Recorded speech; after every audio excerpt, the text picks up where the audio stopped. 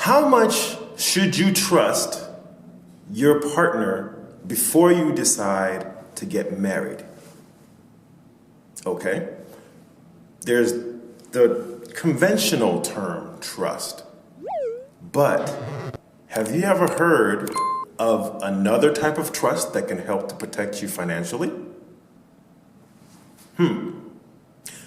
A lot of couples end up fighting over prenuptial agreements. And that is something that is really sad because it puts unnecessarily financial strain on the relationship.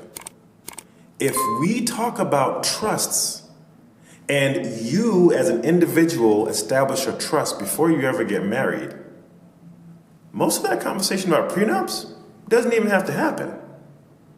That depends on the approach you take, of course, but at the Money Strategies for Stronger Couples workshop, we help you look at that so that the prenup discussion does not have to end in destruction of the relationship.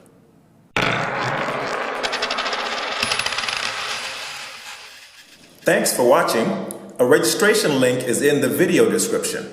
Don't forget to like, subscribe, follow us on social media, and share with a friend.